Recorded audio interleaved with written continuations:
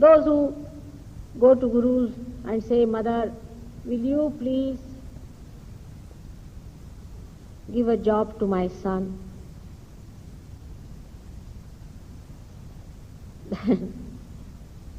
You don't know what to say. You should say to such a person, now, my child, you are not yet fit, you are not yet mature to come down here. Or if you go to someone to ask for, say, a diamond ring, or anyone says that I give diamond ring in the name of God, and you are quite satisfied with such an answer, then you are no good as a Sikh. No, useless for Sahajog especially. Or somebody who says, I will cure you, and for curative you go to someone. All right, a person may cure you, but you are no good as a seeker. Why should God cure anyone who is not seeking God?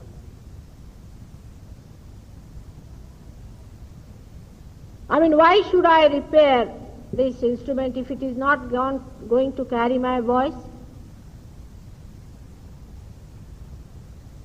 Or else some of you, if you go to a guru and if he tells you a story like this, that you have to pay me some money for this.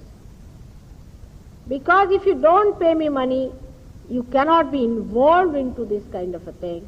You better slap such a guru on his face and tell him that, what do you think of me? It's complete indignity to your seeking. He wants to involve you through taking money from you.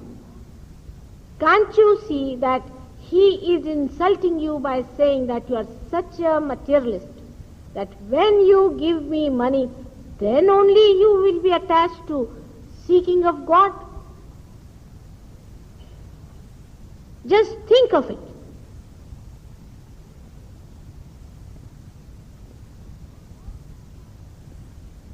All such arguments people give you, and if you accept them, and if you follow such gurus, you cannot mature for seeking. As you have to be genuine, you have to be wise to understand that you are seeking your fulfillment. You are not seeking money and diamond rings and these tomfooleries that are going on, and you are not there to witness them, and these foolish magical tricks of people, but you are going to witness the magic of God.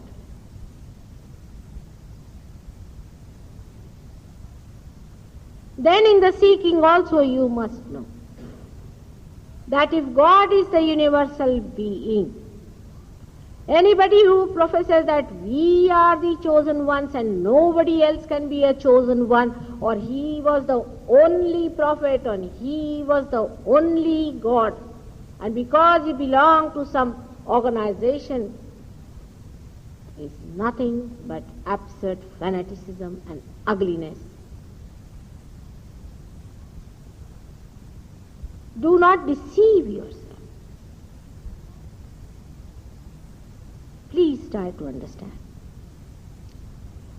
Self-deception will never be forgiven by God. Amoeba, does he deceive himself if he sees the food there? Does he? Or a lion, or even a frog. It has such a little brain. It understands what it is seeking. Will he deceive himself? But human beings deceive themselves morning till evening.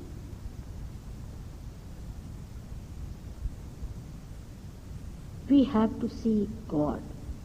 We have to seek our fulfillment. We have to relate to that wholesomeness that is God, the primordial being, the whole of it.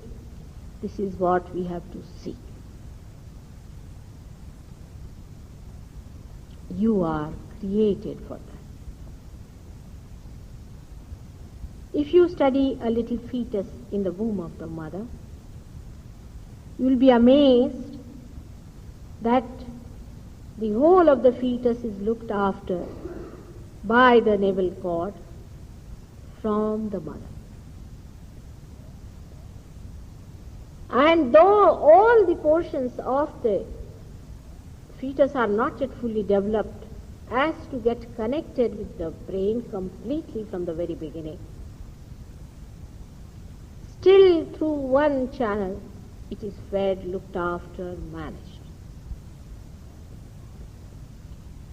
Then the child is removed from the mother when the child is born, and gradually all the sensations and coordinations of all these different sensory organs and organs of motion and organs of automatic functions are created gradually, very gradually, as he starts growing.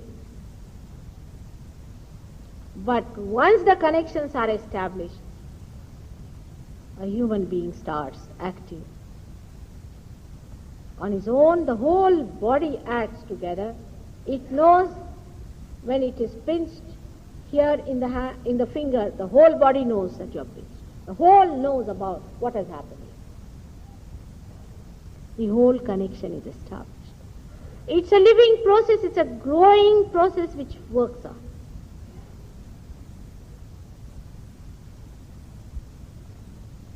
But with human beings, there's a very big problem. The biggest problem, I would say, that they are always identified with imperfections, with wrong ideas, and only in the human beings these things happen. That's why one has to be careful. Dog can smell better than you do, and it knows what to eat, what not to eat. You don't know. You don't know what is a real guru and a dirty guru and a horrible guru and a vicious man. You cannot make out. Somebody runs out of the jail, he wears a dress, comes to England, I am the guru, great, and thousands will be running out. They don't know. And the more he has, the better it is. But there is a way. God has already placed that within yourself. For your growth, He has placed within you, only He is testing your genuineness. But if you are so obstinate as to stick on to some misidentified, nonsensical things, you cannot work it out. Be free from all these things. Open out yourself.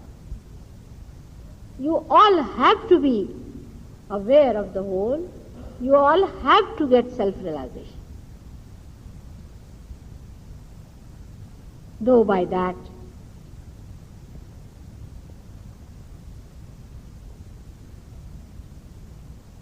God will feel His fulfillment of His creation, no doubt.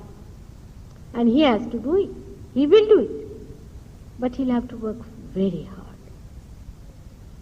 And still, if you do not accept the truth,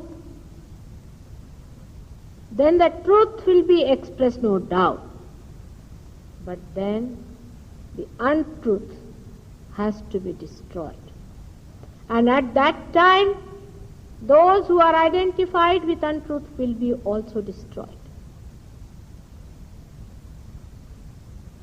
Before that, take heed to your wisdom and know what we have to seek. We have to seek our wholesomeness, which we have partially expressed in our political and our economical and social clubs. All this has to be integrated. All the great religions which have been propounded in the growth of human beings, which have substantially helped in the growth of human beings, which are the substratum of their living, has to be integrated in that happening. For example, I meet, supposing, a Hindu. Then he says, Mother, how do you talk of Christ? We don't believe in Christ. Now you are a very, very great person not to believe in Christ. Who are you not to believe in Christ? What do you think of yourself? What do you mean by saying that you don't believe in Christ? Do you know it is blasphemous to say such horrible things about any great incarnation on this earth? There are some who say we do not believe in Moses or in Guru Nanak or in Muhammad Sahib. Who are you? I don't believe. I don't believe. What is your belief? Or on what it is based?